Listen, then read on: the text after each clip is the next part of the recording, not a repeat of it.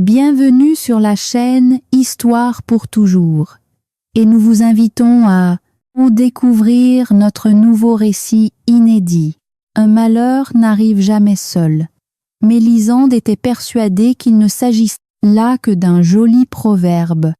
Mais dans les faits, cela s'est avéré être un terrible avertissement signifiant « Si quelque chose d'horrible t'arrive, prépare-toi à ce que la suite soit encore pire. » Ces malheurs commencèrent au moment le plus inopportun.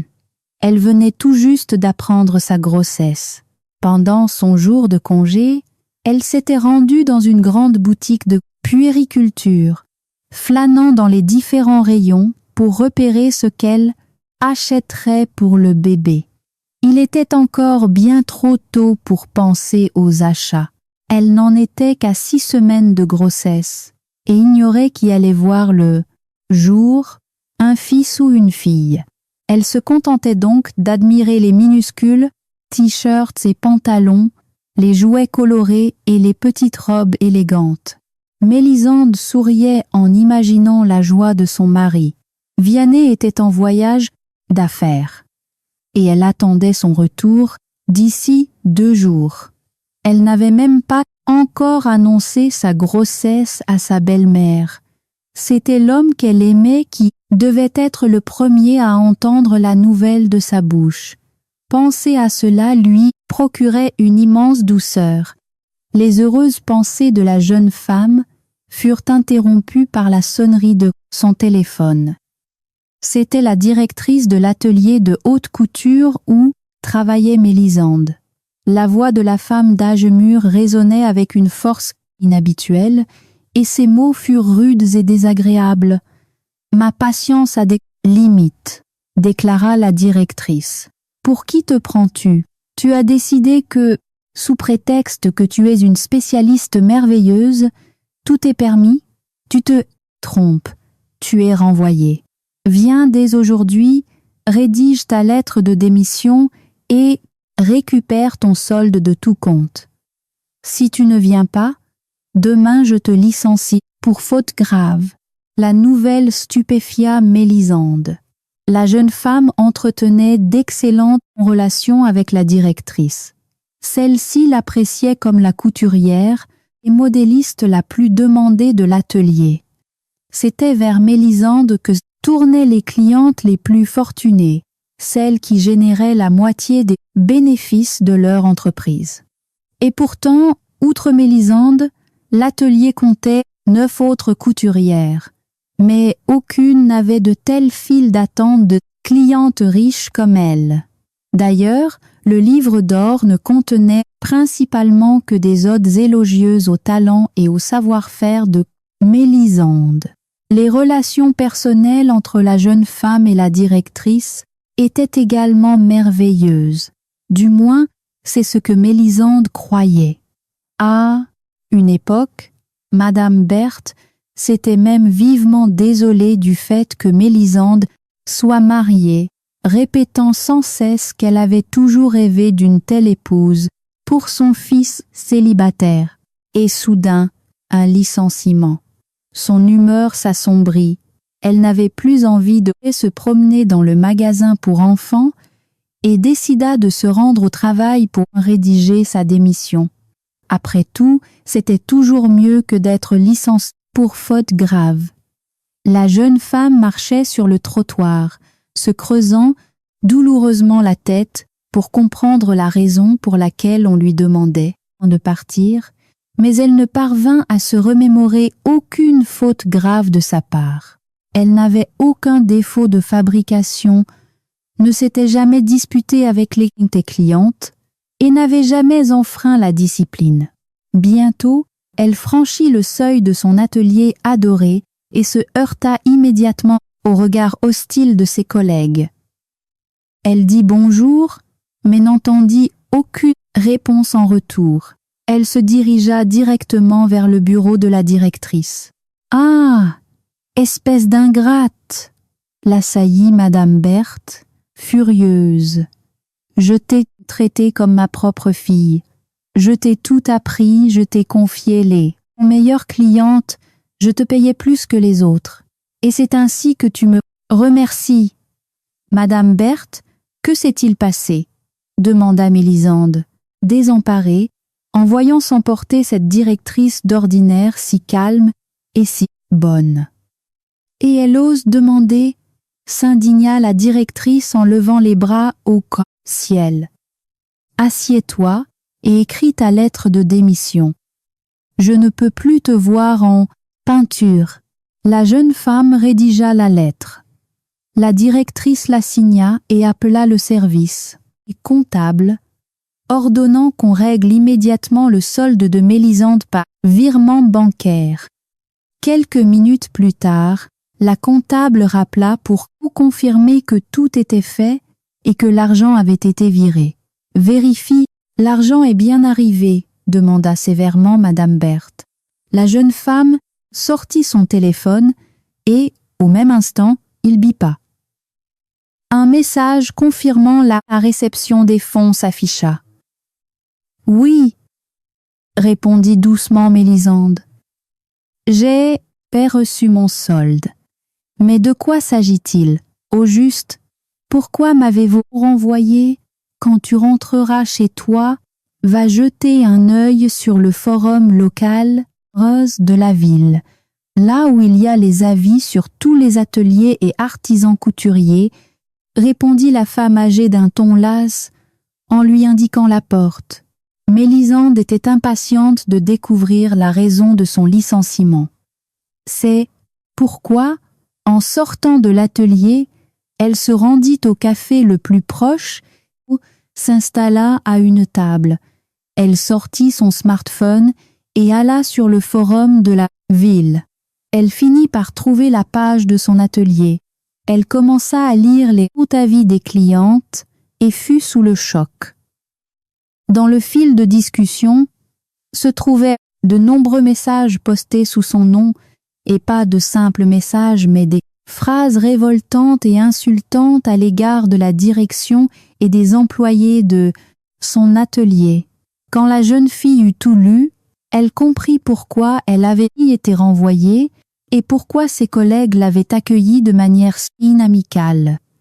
En effet, d'après les publications postées au nom de Mélisande, il ressortait que l'atelier ne faisait des bénéfices que grâce à elle, que tous les autres travaillaient par-dessus la jambe, et qu'il n'y avait pratiquement aucun bon spécialiste parmi eux, qu'elle devait constamment conseiller tout le monde, corriger leurs erreurs et calmer les clientes furieuses à cause de malfaçons. Mais ce n'était pas tout. Il y avait aussi d'autres publications, des avis des propres clientes de Mélisande. Elles la critiquaient avec les pires mots. En gros, leurs avis se résumaient à dire qu'elle avait été une bonne couturière. Autrefois, inventant de magnifiques modèles originaux, faisant elle-même patron sur mesure, cousant avec soin et qualité. Mais depuis quelque temps, Mélisande aurait soi-disant changé. Dans les commentaires, on supposait ce qui avait bien pu l'influencer ainsi. Certaines écrivaient qu'elle avait sombré dans la boisson. D'autres supposaient qu'elle avait simplement pris la grosse tête et travaillait désormais de façon médiocre. Une cliente avait même écrit que Mélisande s'était trouvé un riche amant et qu'elle n'avait plus vraiment besoin de travailler. Mais le fait est que Mélisande ne s'était jamais inscrite sur ce forum. Elle n'y avait jamais laissé le moindre message. Et les avis négatifs sur elle-même qu'elle venait de lire étaient écrits au nom de personnes qu'elle ne connaissait. Absolument pas. Ce n'étaient pas ses clientes. Dans un premier temps, la jeune femme fut révoltée par le contenu du forum de ces derniers jours. Elle eut envie d'aller s'expliquer avec la directrice, avec ses collègues, de parler avec ses clientes, mais elle se dit ensuite que tout cela serait extrêmement douloureux et éprouvant pour elle. De plus, elle ignorait comment ses collègues percevraient sa volonté de laver son honneur. Elle décida donc qu'elle s'expliquerait avec personne. L'essentiel pour elle, en ce moment, était de garder son calme pour ne pas nuire à son bébé. Mélisande attendit avec impatience l'arrivée de Vianney. Il rentra à la maison, avec un bouquet de fleurs pour elle, mais semblait las et distant. La jeune femme se dit qu'il était simplement très fatigué. Le voyage d'affaires avait duré 9 jours, il n'était donc pas surprenant que son mari ait l'air si épuisé. Elle décida qu'elle lui annoncerait sa grossesse et ses problèmes le lendemain, quand il serait reposé et de bonne humeur.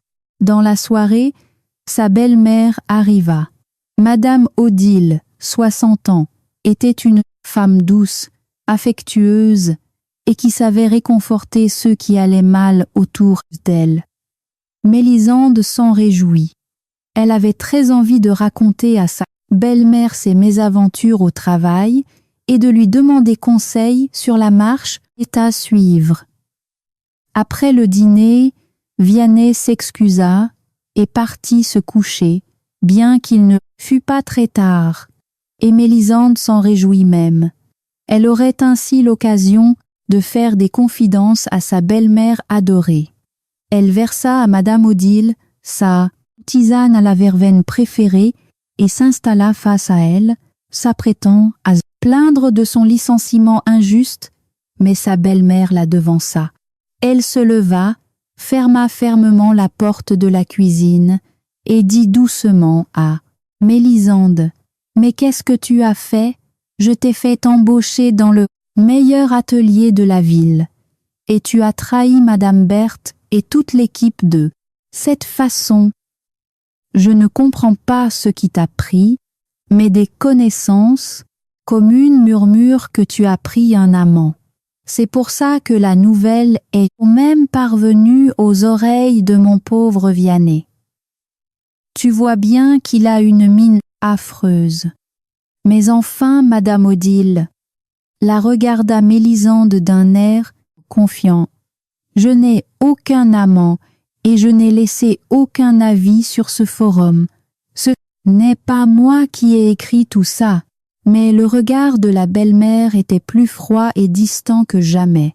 La femme, d'âge mûr, finit sa tisane en silence, puis se leva et, tenant la poignée de la porte, se tourna vers Mélisande. Le fait est que ce n'est pas une seule personne qui m'a parlé de cet amant, mais 3 de nos connaissances, prononça la belle-mère d'un ton lugubre. Je pense que mon fils n'a pas besoin d'une épouse pareille. Lui part en déplacement et elle va voir ailleurs. Mon Vianney trouvera quelqu'un de bien meilleur. Dieu merci, il reste encore des filles convenables dans ce monde. Elle sortit doucement de la cuisine, et peu après, Mélisande entendit la porte d'entrée claquer. Elle était profondément blessée qu'on la soupçonne d'actes qu'elle n'avait pas commis, mais elle n'arrivait pas à comprendre à qui tout cela profitait. Après tout, elle n'avait pas d'ennemi, pas de rival capable de la compromettre et de la piéger aussi habilement. Elle se dit que le lendemain matin, au réveil de Vianney, elle lui raconterait tout et qu'ils réfléchiraient ensemble à la manière de résoudre ce problème pour que tout le monde sache qu'elle n'était coupable de rien. L'accusation d'adultère semblait totalement ridicule. Mélisande et son mari remboursaient le prêt immobilier pour l'appartement de 3 pièces dans lequel ils vivaient. C'est pourquoi la jeune femme travaillait d'arrache-pied la journée à l'atelier et le soir, elle faisait des heures supplémentaires à la maison, acceptant des commandes de clientes qui avaient besoin d'une création très rapide, littéralement du jour au lendemain. Cela payait généralement très bien et Mélisande ne refusait jamais ce revenu supplémentaire. Grâce à ces bons revenus, ils avaient remboursé le prêt par anticipation 2 mois plus tôt et, maintenant, ils économisaient pour une nouvelle voiture pour son mari. Et Mélisande était toujours aussi débordée.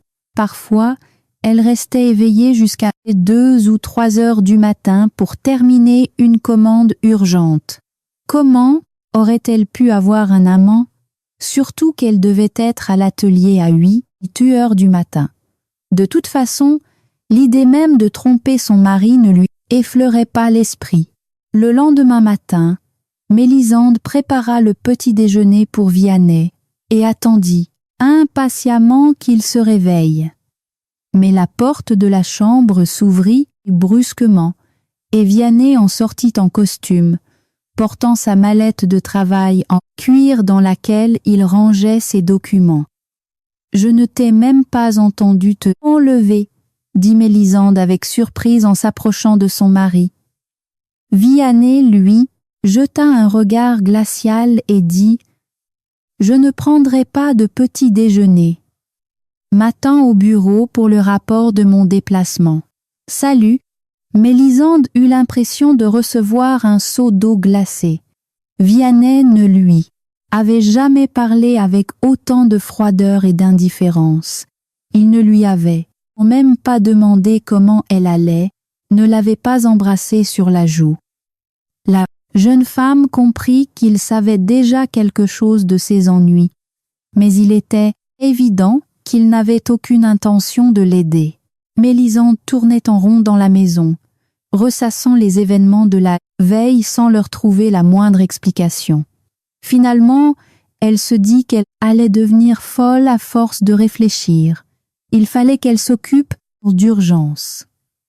Elle avait terminé une commande urgente la nuit précédente. Alors, elle appela la cliente pour lui dire que le travail était fini et qu'elle pouvait passer récupérer sa robe à tout moment. La femme s'en réjouit et annonça qu'elle passerait d'ici 2 heures. Mélisande fut un peu soulagée. Enfin une personne qui lui parlait avec gentillesse et avec le sourire. 2 heures plus tard, la jeune et belle Céleste franchit le seuil de l'appartement de Mélisande, essaya la robe confectionnée sur mesure, en fut ravie, régla le prix convenu et ajouta la moitié de la somme en plus, disant que c'était une prime pour cette robe somptueuse. Ce soir, à la soirée d'entreprise de mon mari, tout le monde sera en admiration devant moi, déclara la cliente avec un rire contagieux. Toutes les femmes y sont des fashionistas, elles s'habillent très bien, mais je sens qu'aujourd'hui, c'est moi qui serai la plus belle. Mélisande répondit par un sourire crispé.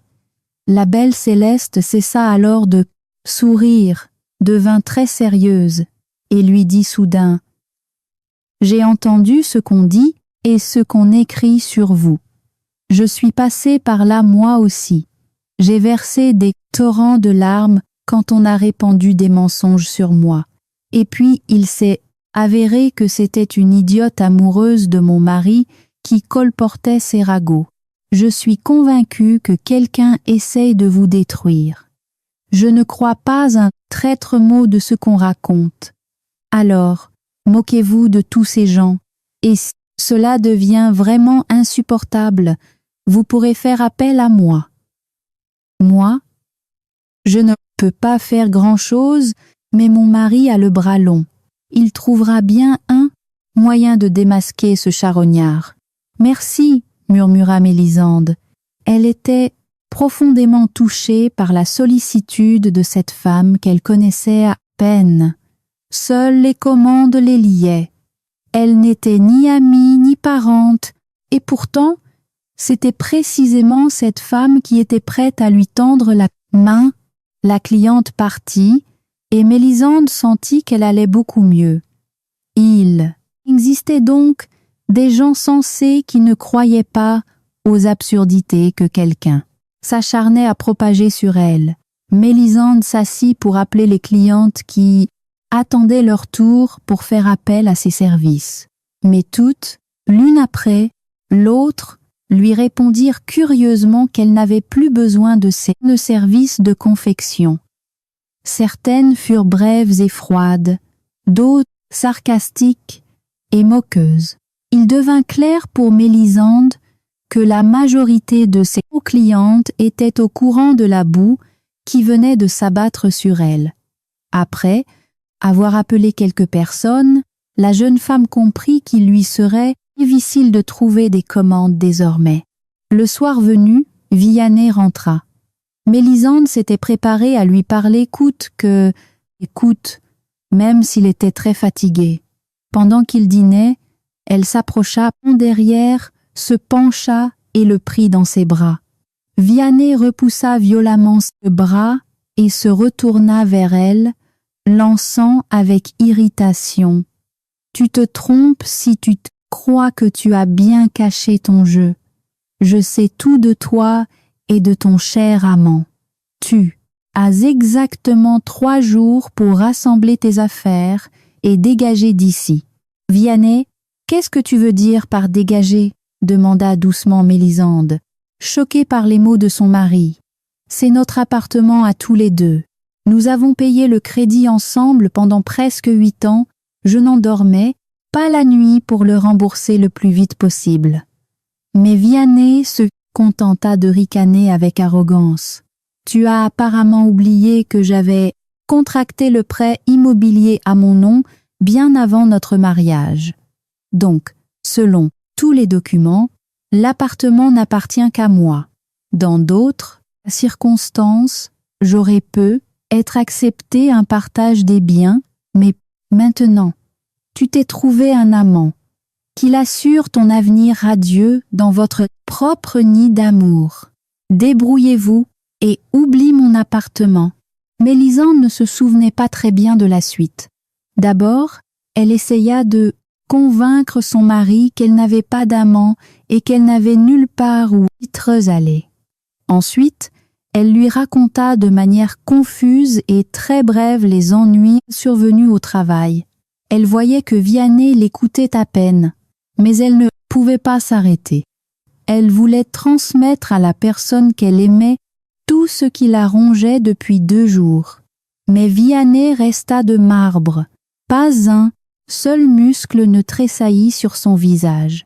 Même lorsque Mélisande lui annonça sa grossesse, il leva simplement les yeux vers elle avec étonnement et déclara « Tiens donc, je pensais qu'on m'avait tout raconté sur toi, mais il s'avère qu'on a oublié de mentionner l'essentiel. » Il regarda sa femme d'un air narquois, puis éclata de rire. « Eh bien, dans ce cas, tu n'as vraiment aucun souci à tout faire, » lança-t-il joyeusement. « C'est la preuve que ce n'est pas juste un amant, mais l'homme de ta vie. Nous sommes restés ensemble 8 ans sans avoir d'enfant, et dès que tu t'es mise avec ce type, paf, tu es tombée enceinte. Alors ne t'inquiète pas, les riches n'abandonnent pas leurs enfants. Même si ne t'épouse pas, il te jettera de l'argent, tu ne mourras pas de faim. » Mélisande tenta autant qu'elle put de convaincre son mari qu'il s'agissait de son enfant à lui. Elle proposa de passer des examens, de faire un test ADN pour prouver que la grossesse était de lui. Mais l'homme la regardait avec mépris et refusait obstinément toutes ses propositions. Finalement, les 3 jours accordés par Vianney pour faire ses valises s'écoulèrent. Toutes les tentatives de Mélisande pour faire entendre raison à son mari furent vaines. Il était persuadé que les rumeurs et les ragots à son sujet étaient la stricte vérité. D'ailleurs, sa mère lui disait la même chose, et elle n'allait pas inventer des calomnies. À vrai dire, Madame Odile fut un peu plus clémente envers sa belle-fille. Elle dit à son fils de laisser Mélisande vivre dans l'appartement jusqu'au prononcé du divorce par le juge en affaires familiales, et proposa à son fils de s'installer chez elle pendant ce temps. Mélisande ne défit pas ses valises. Elles restèrent dans l'entrée, comme un rappel qu'on ne peut jamais être sûr de rien. Il y a peu de temps encore, elle pensait que la vie était faite pour la joie et le bonheur. Mais aujourd'hui, elle savait avec certitude que la vie n'était qu'une succession de malheurs, d'injustices et de souffrances. Madame Odile fit jouer ses relations et parvint à faire accélérer la date de l'audience au tribunal judiciaire. Le divorce fut prononcé 3 semaines seulement après le dépôt de la demande. Ils ne divisèrent pas les biens. Selon les documents présentés au tribunal, le patrimoine familial était l'entière propriété de Vianney, acquis avant le mariage.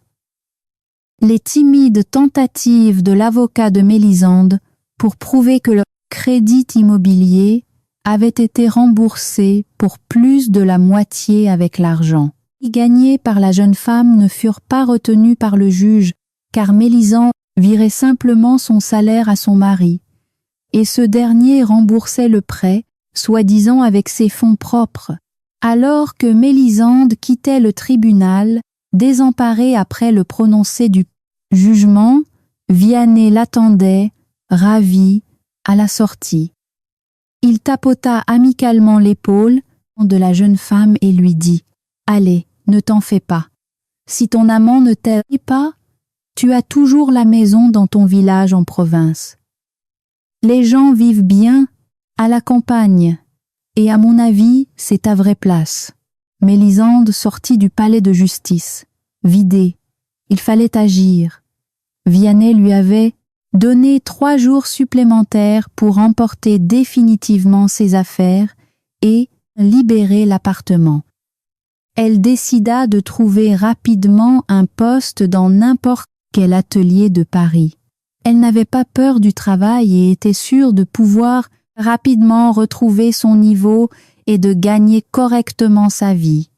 Mais il s'avéra que sa mauvaise réputation s'était déjà propagée dans tous les ateliers de la ville. On la refusa partout où elle postula. Elle n'avait plus de toit et plus d'argent. Sur son compte bancaire personnel, il lui restait environ 1 000 €. Cela aurait suffi pour 3 mois de loyer en province. Mais après, argent fondait à vue d'œil. Et la jeune femme comprit qu'il ne lui restait pas d'autre choix que de partir s'installer en Auvergne, dans son village natal. Là-bas, au moins, il y avait une maison. Elle devrait la remettre en état pour la naissance de l'enfant et chercher un moyen de gagner sa vie. Mélisande tria ses affaires pour la dernière fois, prit le strict nécessaire et claqua la porte de l'appartement de son ex-mari. À partir de cet instant, elle ne pouvait plus compter que sur elle-même. Dans le train, Mélisande s'assit près de la fenêtre et tourna le dos aux autres passagers du wagon. Elle n'avait envie de parler à personne. Elle tentait pour la 100e fois de comprendre pourquoi sa vie avait basculé si brusquement, ce qui n'allait pas où elle avait commis une erreur, pourquoi dans les moments difficiles elle n'avait eu personne sur qui s'appuyer.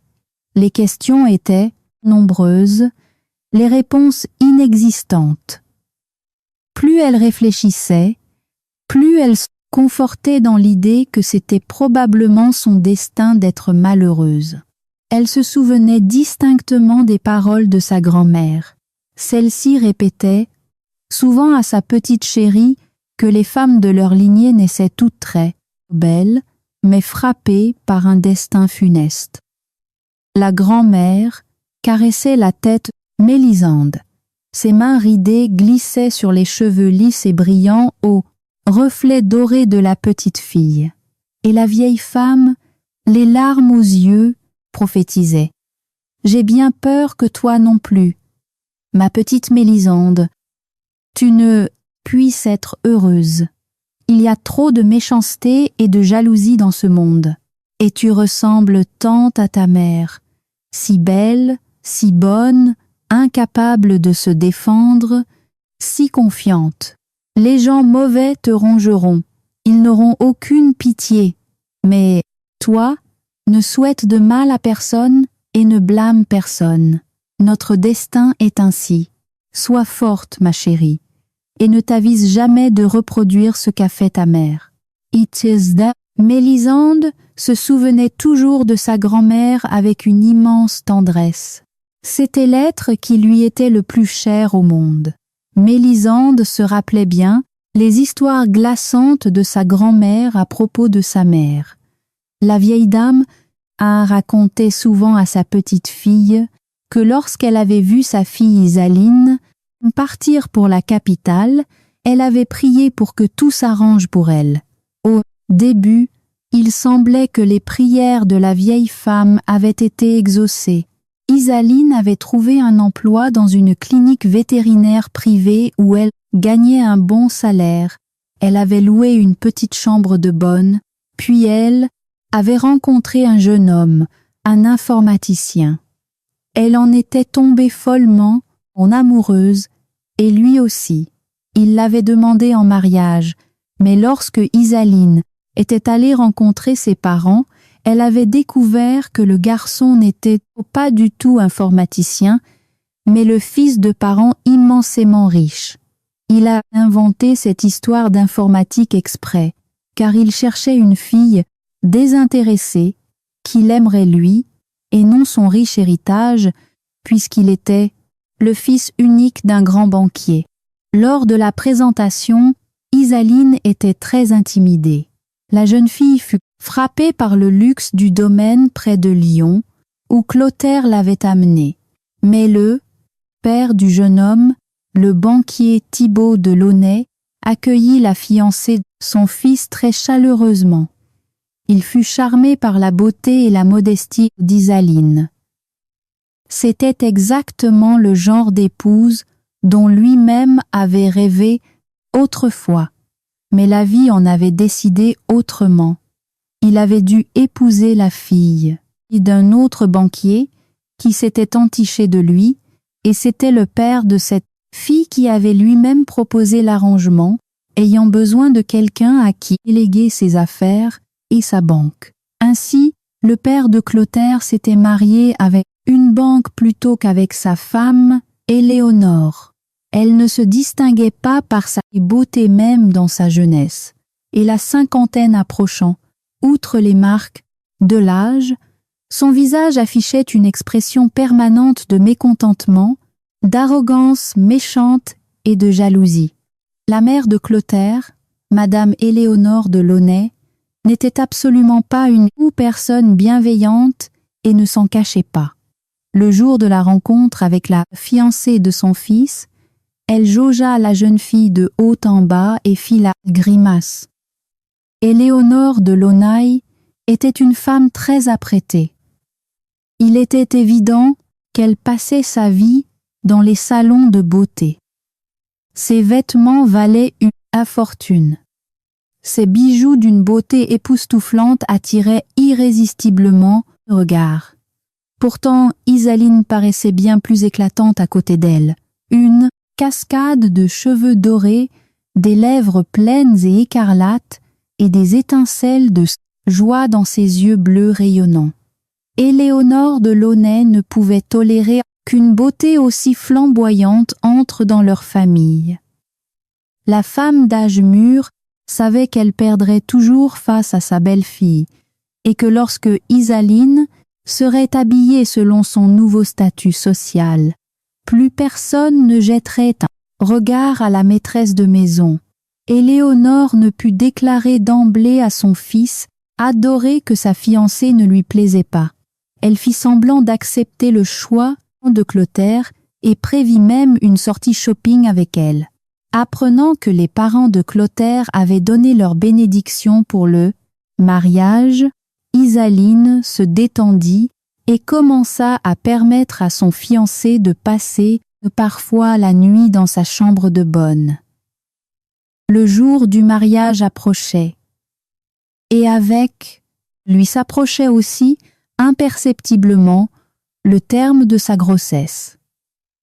Isaline était enceinte, et avec Clotaire, ils attendaient avec impatience l'arrivée de leur premier enfant. Clotaire rêvait d'avoir une fille qui ressemblerait à Isaline, tandis que la future mère désirait ardemment un garçon qui ressemblerait à son Clotaire adoré. À 2 semaines du mariage, le couple décida d'annoncer la grossesse à Éléonore de Launay. Celle-ci accueillit la nouvelle avec une hostilité farouche, en déclarant que dans les bonnes familles, cela ne se faisait pas.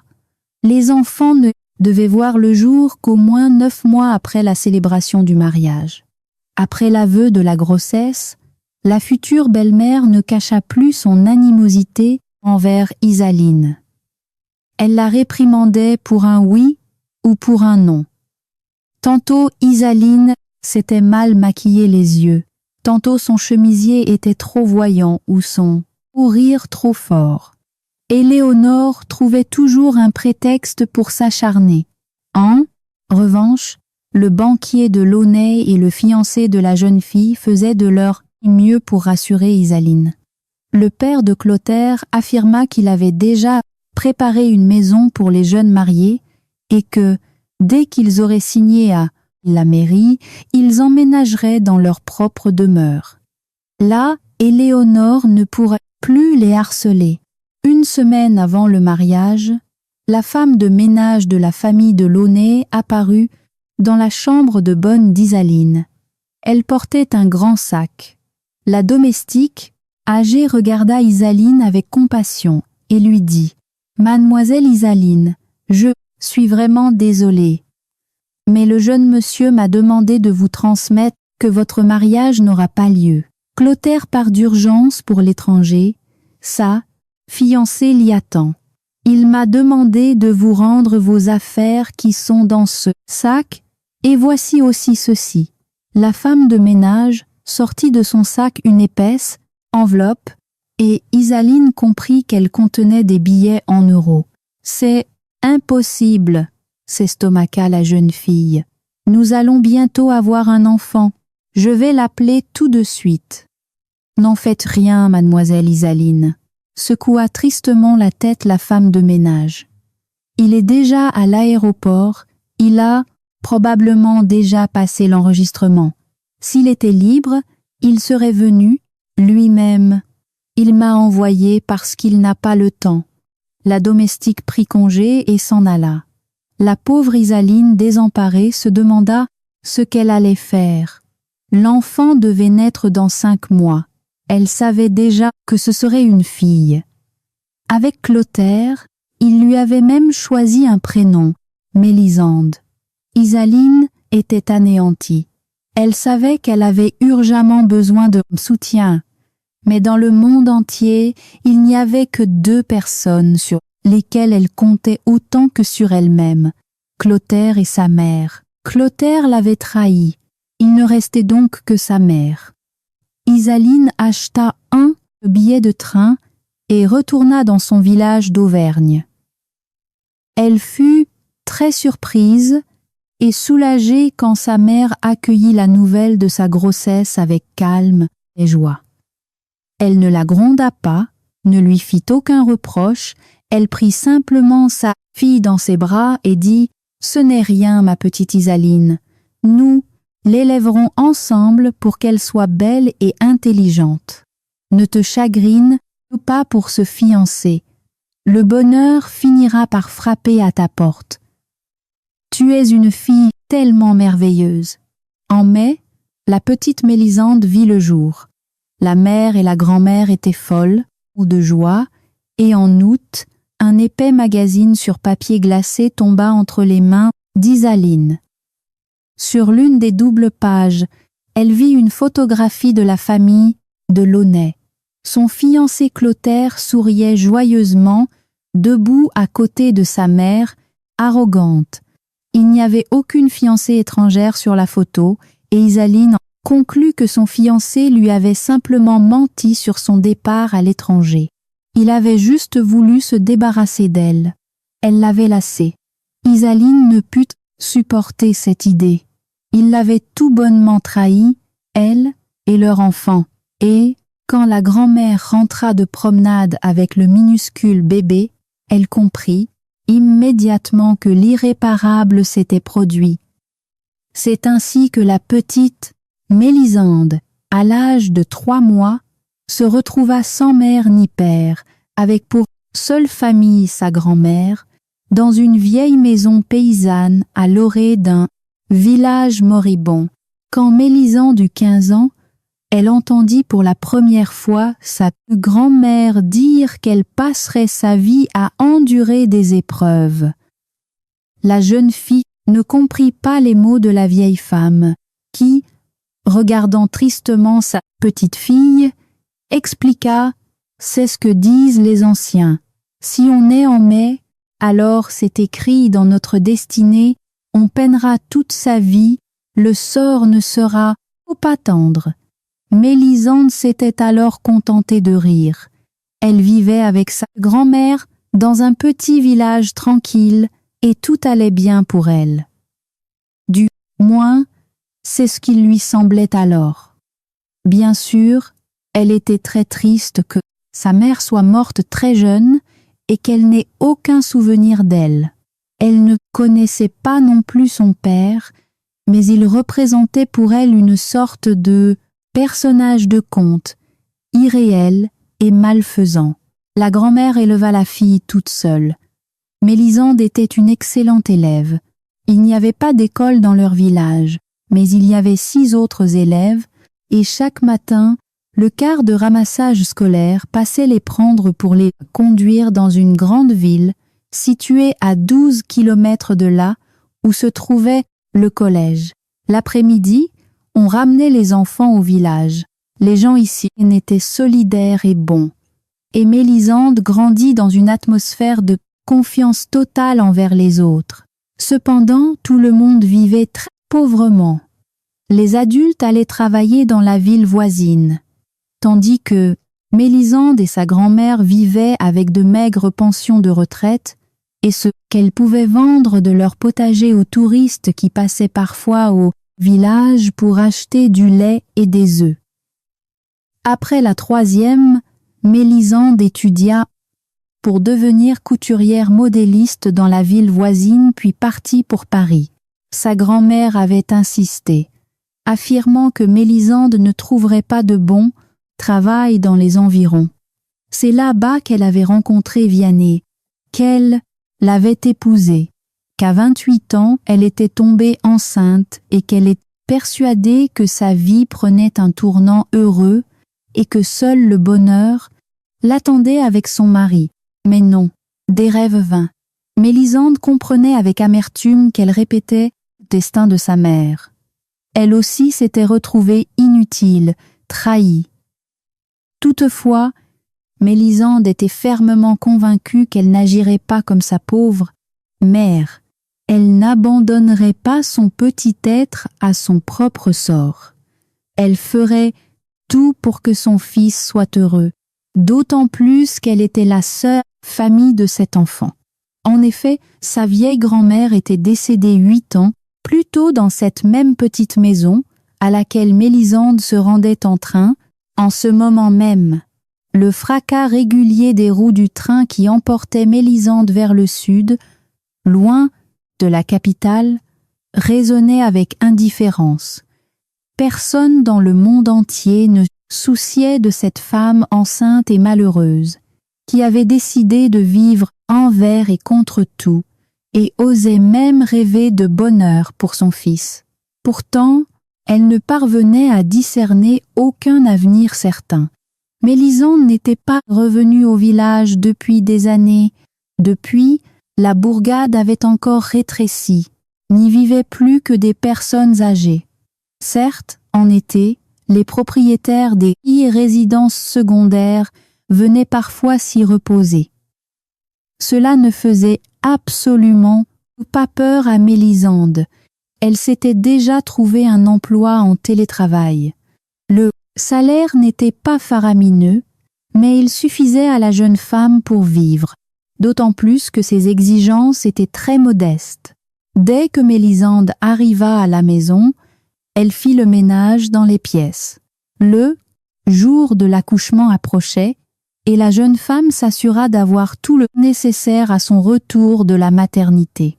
Certes, elle n'eut pas le temps de remettre entièrement la maison et la cour dans un état présentable. Le froid s'était installé. et avec un gros ventre, on ne peut pas faire beaucoup de travaux physiques. Elle décida d'accoucher d'abord, on verrait bien ensuite. En novembre, elle donna naissance à un gros bébé aux poumons d'acier. Malgré sa taille, l'accouchement se passa facilement et, dès le 3e jour, Mélisande fut autorisée à rentrer chez elle. Elle nomma l'enfant Clotaire en l'honneur du père qu'elle n'avait jamais connu. Le bébé grandissait, très calme et en pleine santé, ne causant aucun souci à sa mère, ce qui réjouissait infiniment Mélisande. Elle pouvait passer beaucoup de temps sur son ordinateur, réussissant à mettre de l'argent de côté à chaque paie.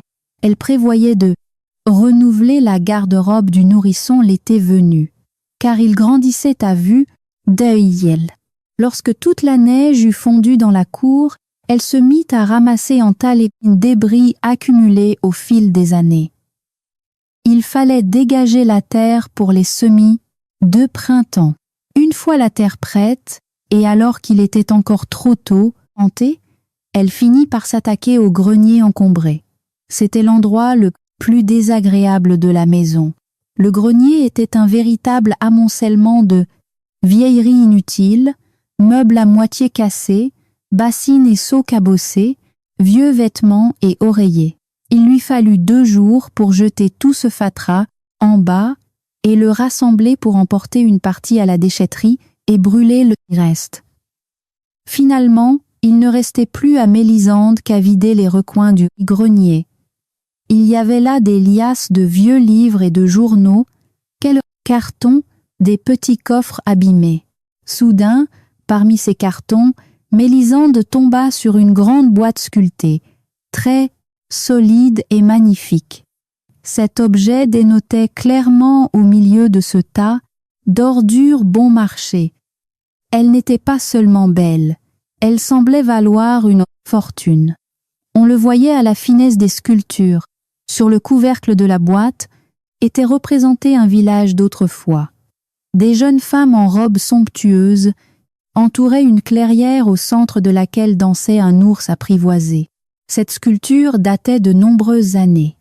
Même Mélisande s'en rendait compte, bien qu'elle ne fût pas experte en la matière.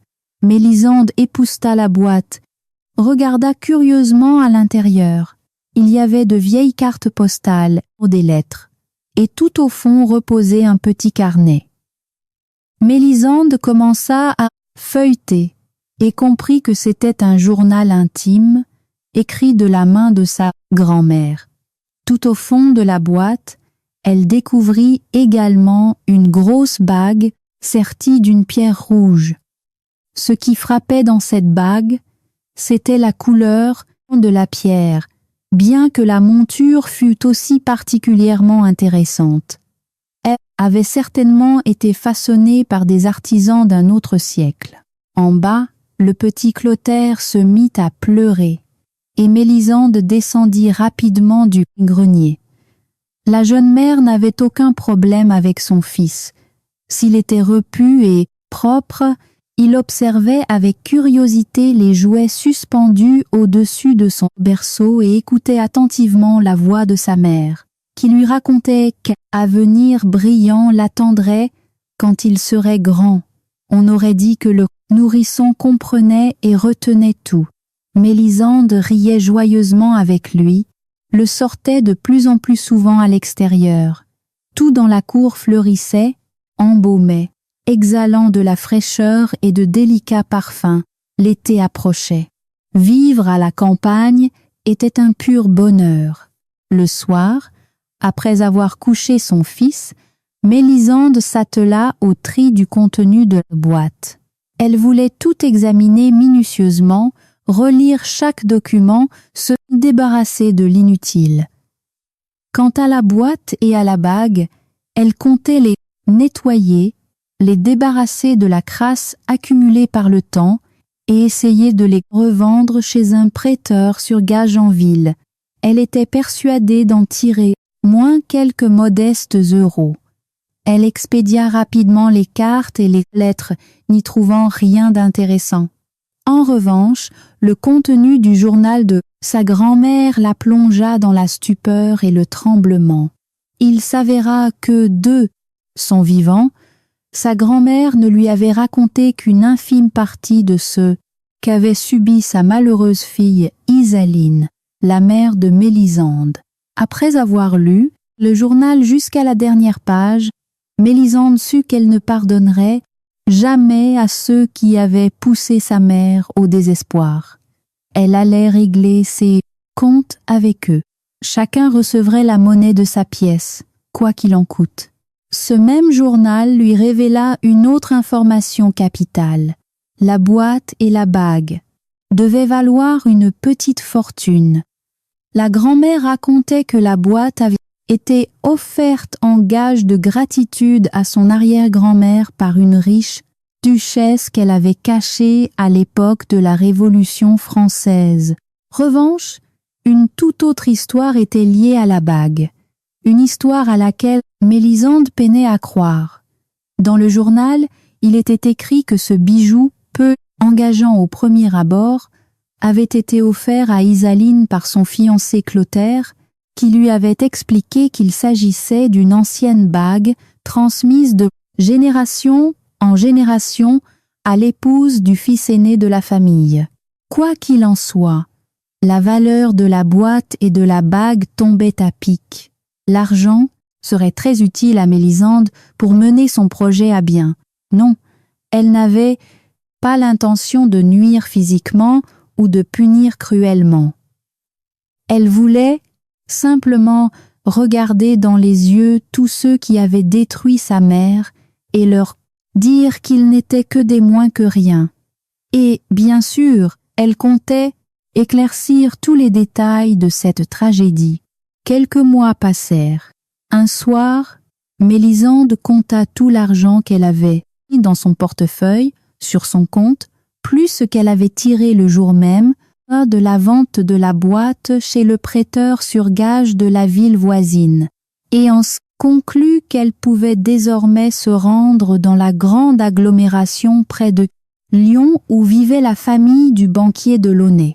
Elle se préparait à chercher les personnes qu'elle jugeait responsables de la mort de sa mère. La liste était établie avec précision. Sa belle-mère manquée, Madame Éléonore de Launay, son fils indigne Clotaire, qui était le père de Mélisande, la femme de ménage, menteuse qui avait apporté le sac et l'argent à sa mère, et une ou deux autres personnes mentionnées par sa grand-mère dans son vieux journal. Le temps passé au village avait amplement suffi à Mélisande pour peaufiner les moindres détails et ne rien laisser au hasard. Ainsi, dès son arrivée dans la ville ciblée, la jeune femme loua immédiatement un petit studio abordable, trouva une nourrice qui garderait l'enfant pendant ses absences et se mit à l'œuvre. La famille de Launay vivait toujours dans ce même domaine majestueux où la mère de Mélisande, Isaline, avait jadis rencontré les parents de son fiancé.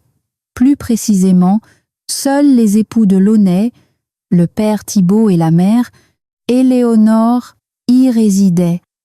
Monsieur de Launay père s'était depuis longtemps retiré pour des affaires et avait cédé la direction de sa banque à son fils Clotaire. Ce dernier vivait séparément de ses parents. Mélisande repéra rapidement le domaine et observa de loin les rares personnes qui y entraient ou en sortaient, lorsqu'une femme d'âge mûr portant un panier franchit le portail. Mélisande supposa qu'il s'agissait d'une domestique et décida de l'aborder. Il s'avéra que c'était la femme de chambre, Francine. Madame Éléonore l'avait envoyée dans un institut de beauté, où un soin exclusif pour les mains était fabriqué sur commande pour elle. Mélisande se réjouit de la volubilité de Francine et s'offrit pour l'accompagner. « Oh, j'ai tellement de problèmes !» commença Mélisande. « Peut-être pourriez-vous m'aider ? Je cherche du travail. Je n'ai plus le sou et je dois bientôt payer mon loyer. Peut-être, sauriez-vous si quelqu'un a besoin d'employés par ici? Je suis prête à tout. Faire le ménage, travailler dans le jardin, je sais même tapisser. Ah non, répondit la très bavarde Francine. Tous les riches du coin, comme vous dites, passent par des agences de recrutement. Ils ne prennent personne dans la rue. Mais je peux vous recommander un petit poste, à condition de ne pas dire que ça vient de moi. Vous direz que vous l'avez entendu par hasard d'un inconnu à l'arrêt de bus. D'accord? Bien sûr, se réjouit Mélisande.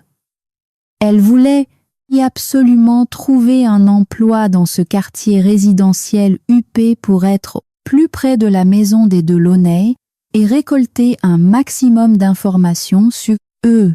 Alors écoutez, dit Francine en baissant la voix, je travaille dans la maison d'un ancien banquier, et sa femme, Madame Éléonore, ne voit plus rien depuis 12 ans.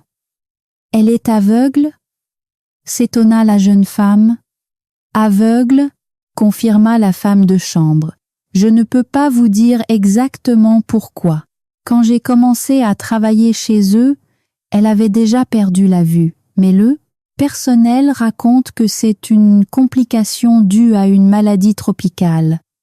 Elle a attrapé un virus quelque part en Afrique, on a soigné la maladie à son retour, mais les séquelles sont restées.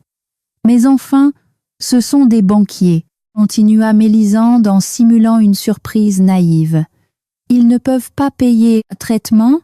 Ah, l'argent ils en ont, répondit Francine. Le problème est ailleurs. Le cœur de madame est fragile. Les médecins refusent d'opérer. Ils craignent qu'elle n'y survive pas. La femme de chambre raconta en détail à Mélisande que la condition peu enviable de madame Éléonore l'avait rendue tellement aigrie que personne ne supportait de rester à ses côtés plus de 2 semaines. En plus d'être d'une exigence folle, la maîtresse de maison était grossière, insultait et rabaissait le personnel. Elle pouvait même frapper si elle sentait quelqu'un se tenir près d'elle. Francine annonça à Mélisande que dans 2 jours, l'actuelle assistante personnelle de Madame Éléonore, une sorte de croisement entre aide-soignante, secrétaire, allait démissionner. Monsieur se démenait pour trouver une remplaçante. Mais tout le monde connaissait déjà le caractère exécrable de Madame Éléonore et personne ne voulait s'y risquer. Peut-être que ça vous intéresse? Demanda Francine avec un sourire légèrement moqueur, pensant qu'après un tel récit, la jeune femme déclinerait l'offre. Mais Mélisande répondit de manière inattendue: « Eh bien, je n'ai pas le choix. Je voulais. Dis, je prendrai n'importe quel travail. » Francine fut ravie d'avoir trouvé une nouvelle recrue, car sinon, elle aurait dû s'occuper elle-même de madame jusqu'à ce qu'il trouve la perle rare. Elle dit à Mélisande qu'elle pouvait se rendre immédiatement à la propriété, demander à voir les maîtres des lieux et proposer sa candidature. Elle lui rappela une fois de plus de ne pas mentionner leur conversation. Quelques minutes plus tard, Mélisande se tenait devant les grilles du domaine. Elle pensait que tout se déroulerait calmement et rapidement, mais en attendant qu'on lui ouvre le portail, son cœur battait la chamade. Elle ne se trouvait pas devant n'importe quelle maison, mais devant celle de ses grands-parents. C'était terrifiant et angoissant. Elle ignorait comment elle y serait accueillie et redoutait de se trahir par le moindre geste. À peine eut-on annoncé au propriétaire l'arrivée d'une jeune femme cherchant du travail, prête à tout faire, que M. Delaunay demanda à la voir. L'ancien banquier Thibaut Delaunay s'était épaissi avec le temps. Il avait largement dépassé les 70 ans. Il présentait bien, mais son visage exprimait immense fatigue. et ses yeux étaient d'une tristesse absolue. « Asseyez-vous, mon enfant.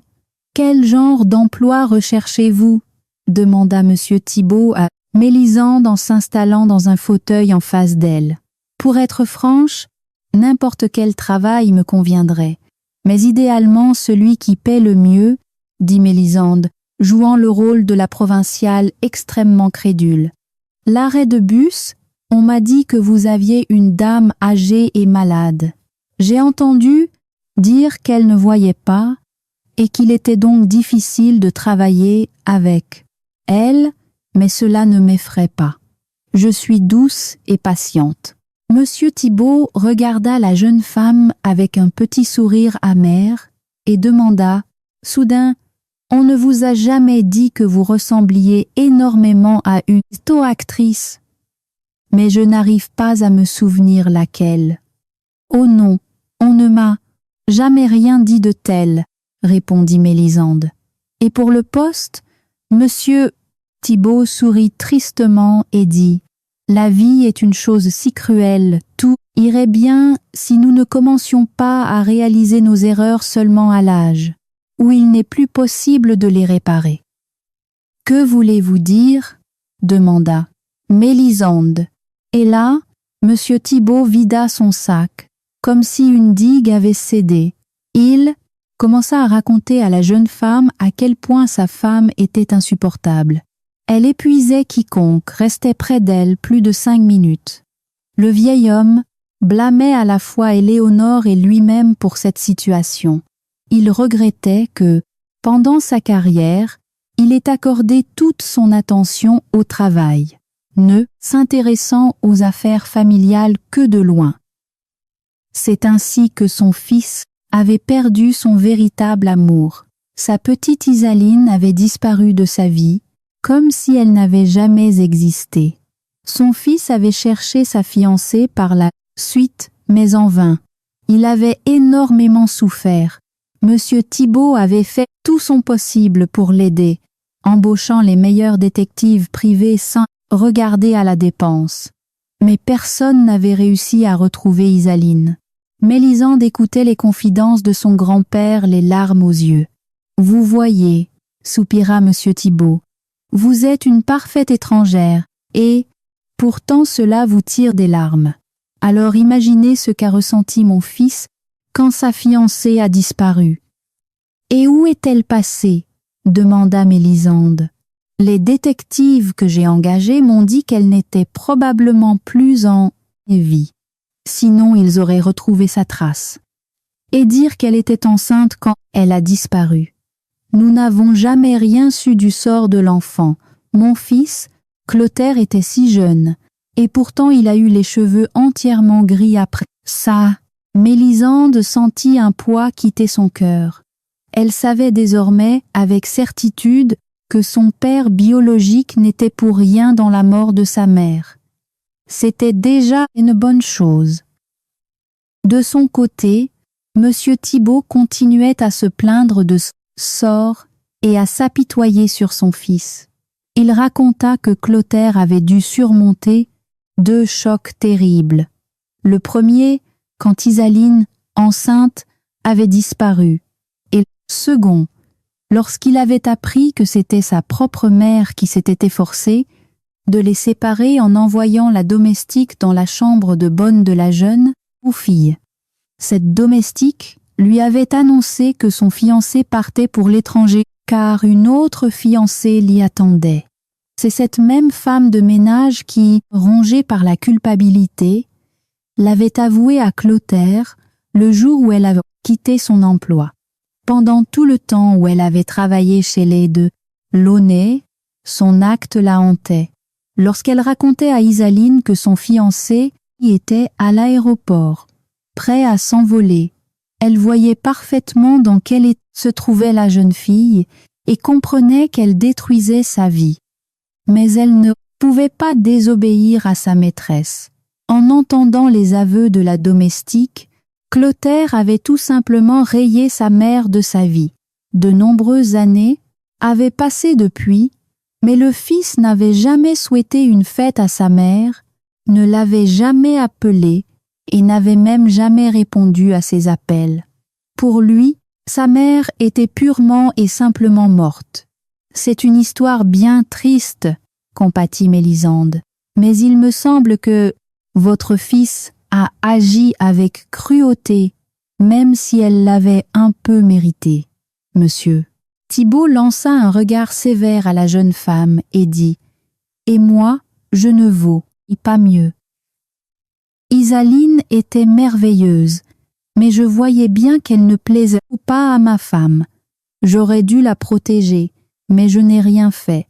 Je pense qu'après le mariage, les jeunes feraient leur vie et que mon Éléonore ne pourrait plus les atteindre, qu'elle ne gâcherait pas leur bonheur.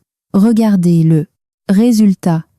Vous n'y êtes pour rien, le soutint ardemment la jeune femme. Vous ne pouviez pas savoir de quoi votre femme était capable. Je l'ignorais, confirma l'homme. Mais la culpabilité que je ressens envers Isaline et envers mon fils m'étouffe. Mélisande se réjouit à nouveau. Il s'avérait que son grand-père était un homme tout à fait convenable. Il n'avait jamais voulu de mal à sa mère. Au contraire, il avait essayé de l'aider du mieux qu'il le pouvait. Il avait même acheté une maison séparée pour que sa femme ne perturbe pas la jeune famille. C'est beaucoup. Bon, je ne vous ai pas fait peur avec les histoires sur ma femme ? Demanda Monsieur Thibaut.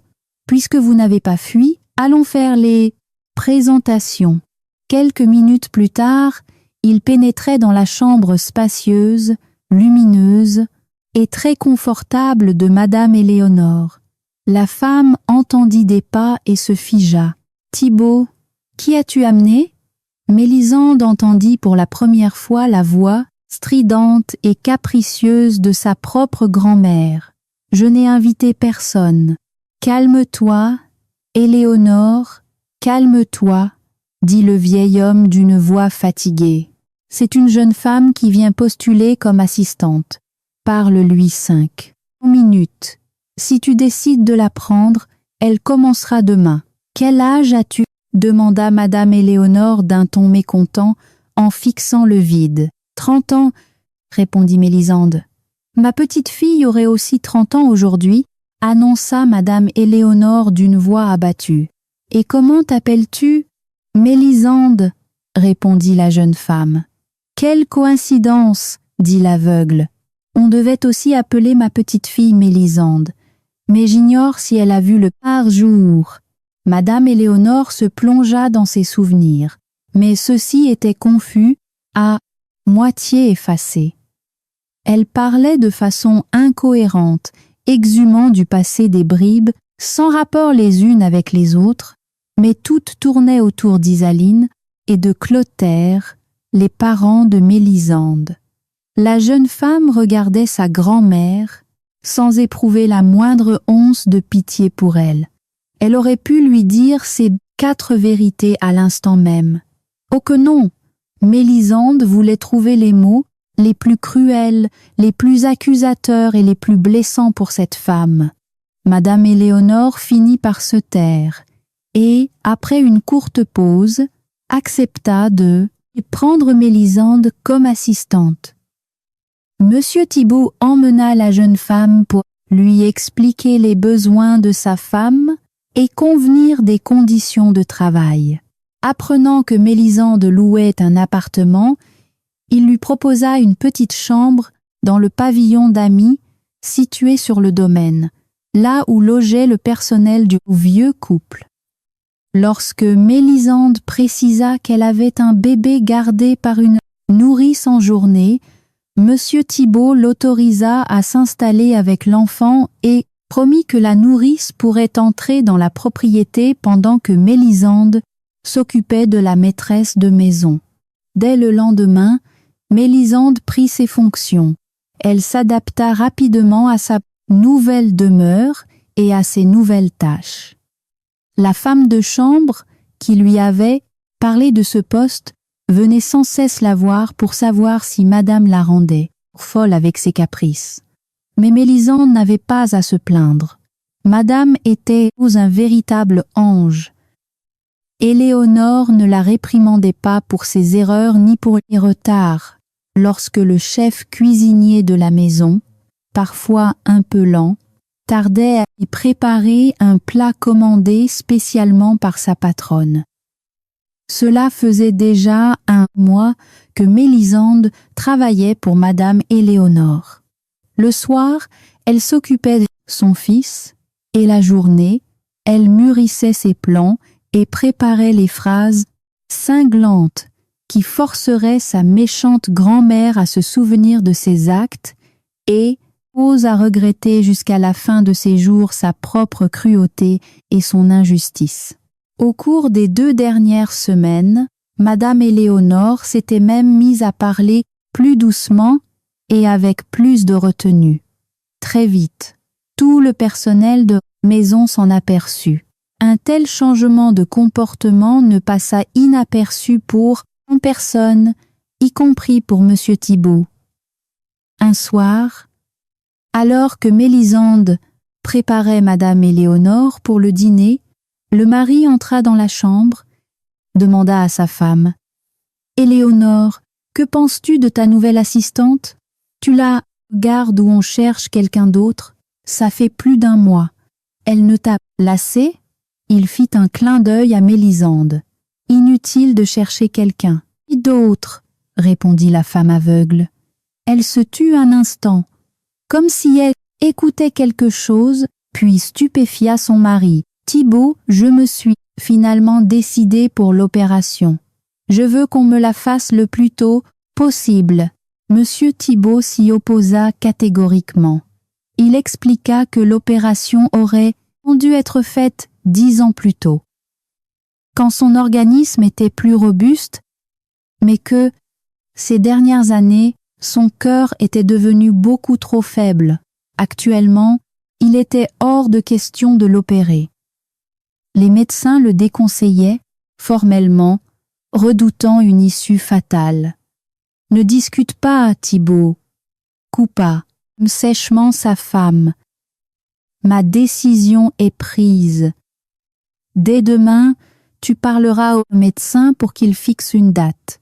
Je signerai n'importe quelle décharge, stipulant que j'assume l'entière responsabilité de tout ce qui arrivera. » Monsieur Thibaut fut sidéré par la décision de sa femme. Elle qui s'était habituée à vivre sans la vue et qui répétait souvent que cela ne la dérangeait pas, qu'on s'habituait à tout. D'où lui venait soudain cette envie? Mais Madame Éléonore ne voulut s'expliquer auprès de personne. 1 semaine de plus s'écoula, et on commença à préparer Madame Éléonore pour l'intervention. Les médecins promettaient de lui rendre au moins 60% de sa vision. Autrement dit, avec des lunettes, elle y verrait très bien, à condition de survivre à l'anesthésie et que son cœur tienne le coup. Madame Éléonore est intimement persuadée que l'opération serait un succès.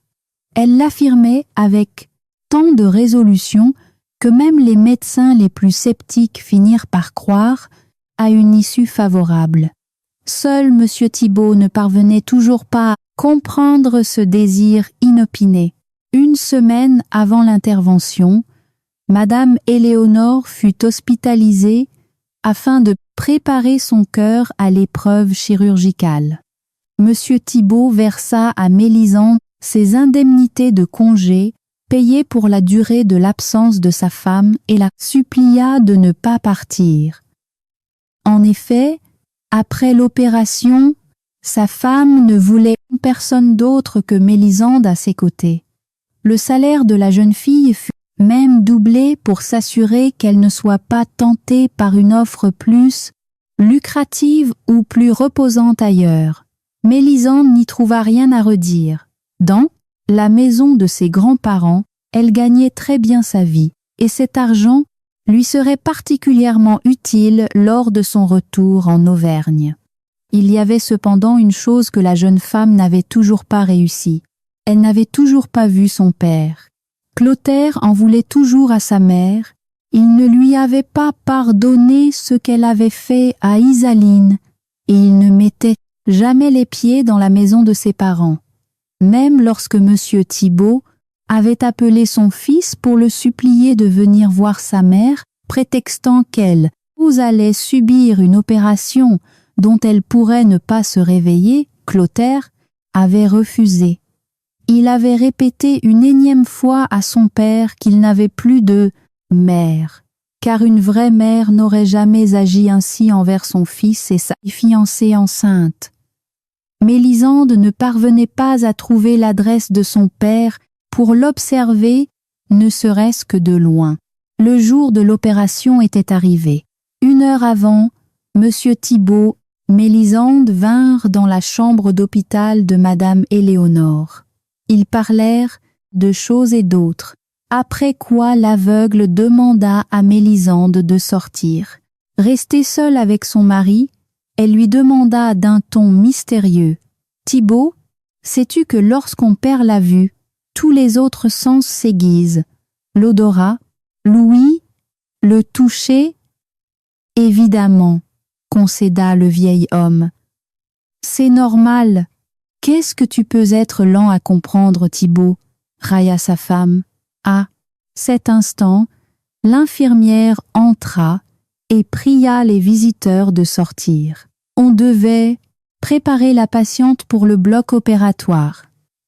Monsieur Thibault ne saisit pas la remarque de sa femme et finit même par l'oublier totalement. Comme l'avait prédit Madame Éléonore, l'opération fut une réussite. Les médecins oscillaient entre la joie et la stupeur. Le cœur de cette vieille dame était pourtant considérablement usé, et il ne s'expliquait pas comment il avait pu supporter une telle intervention de 3 heures. 1 semaine plus tard, les médecins annoncèrent à Monsieur Thibault que sa femme pouvait rentrer chez elle. Ce dernier rappela aussitôt à Mélisande qu'elle devait reprendre son poste. 2 semaines s'étaient écoulées depuis l'intervention. Madame Éléonore récupérait à une vitesse fulgurante. Elle voyait très bien avec ses lunettes, essayait même de lire, bien que les médecins eussent recommandé de ne pas trop fatiguer ses yeux dans l'immédiat. La vieille femme avait radicalement changé. On aurait dit qu'elle connaissait une seconde jeunesse. Personne, y compris Monsieur Thibault, ne parvenait à se l'expliquer. Madame Éléonore marchait beaucoup, se promenait dans le parc du domaine, discutait aimablement avec des voisins qu'elle haïssait viscéralement auparavant, s'extasiait sincèrement devant leurs enfants et leurs animaux de compagnie qui, quelques mois plus tôt, la rendaient hystérique. Elle se réjouissait des jours ensoleillés et des belles en fleurs. Tout cela ressemblait si peu à l'ancienne Madame Éléonore que Monsieur Thibault finit par s'inquiéter sérieusement pour sa femme. Un soir, alors qu'elle descendait les escaliers après sa journée de travail pour regagner le pavillon du personnel, Mélisande s'arrêta net sur les marches. Elle entendit Monsieur Thibault parler à son fils. Retenant son souffle, la jeune femme prêta l'oreille. « Clotaire, je t'en prie, fais preuve de grandeur d'âme, » implorait le vieil homme. « Je ne cherche en aucun cas à excuser ta mère, et pour ce qu'elle a fait, mais pardonne-lui, une bonne fois pour toutes, j'ai l'impression qu'elle a perdu la raison. Ou peut être qu'elle sent sa faim trop approcher. Elle n'est plus du tout elle-même. Ce n'est plus elle. C'est une pâle copie d'elle-même. Ton passage pourrait peu être changé quelque chose. Tu imagines le scandale si elle finit dans un hôpital psychiatrique? Monsieur Thibault était en fait sur haut-parleur. Mélisande entendit la voix ferme et résolue de son propre père. « Papa, je n'en ai que faire de cette femme. Toi, tu es toujours le bienvenu. Ma porte te sera toujours ouverte, mais elle n'existe tout simplement plus pour moi. Désolée. » Mélisande restait, figée dans l'escalier. Les larmes lui montèrent aux yeux. Elle ne voulait pas pleurer, alors elle cherchait frénétiquement son souffle pour se calmer. « Oh, paroles de son père, elle comprit qu'il avait profondément aimé sa mère, puisqu'il ne pouvait toujours pas pardonner à la sienne. Mélisande s'en réjouit méchamment. Elle ressentait la même chose que son père à l'égard de Madame Éléonore. La jeune femme attendit que les pas de Monsieur Thibaut s'éloignent, puis courut vers sa chambre pour relayer la nourrice, et enfin passer du temps avec son petit Clotaire. Mélisande n'avait pas été la seule à entendre la conversation de Monsieur Thibaut avec son fils Clotaire. Au même moment, Madame Éléonore s'apprêtait à descendre dans le jardin pour prendre l'air avant de se coucher. Elle avait, elle, aussi été témoin de cet échange désagréable. Une fois son mari parti et le silence revenu, la femme retourna dans ses appartements et envoya un très court SMS à son fils, composé de 5 mots. Son mari en appelait au grand sentiment et à la noblesse de cœur, elle, la mère de Clotaire, qui avait passé sa vie à n'en faire qu'à sa tête, pouvait se permettre d'aller bien plus loin. Tout le monde croyait à tort qu'elle avait changé après l'opération. Que nenni. Elle restait la même, forte, arrogante, résolue, prête à écraser quiconque se mettrait en travers de son chemin. À présent, elle n'attendait rien de moins que des applaudissements. Au fond d'elle-même, elle était convaincue de les mériter. Et comment? Elle avait pris le risque d'une opération dangereuse pour prouver qu'elle avait raison. Cela ne valait-il pas l'admiration et la gratitude de son entourage?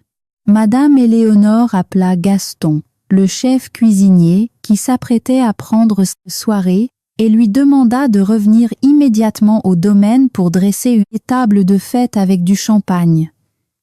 Puis elle appela Mélisande et lui déclara qu'elle avait besoin de son aide. La jeune femme fut prise au dépourvu. Elle avait déjà libéré la nourrice et n'avait personne pour garder le bébé. Mais Madame Éléonore, d'humeur magnanime, décréta que le garçonnet ne les gênerait pas et qu'il pourrait jouer près d'elle. Mélisande n'eut d'autre choix que de retourner dans la demeure principale. Elle se dirigea directement vers les appartements de Madame Éléonore, mais celle-ci n'y était pas. La vieille femme se trouvait dans la chambre de son mari. « Thibaut, tu ne comptais tout de même pas dormir ?» lança-t-elle à son mari d'un ton narquois.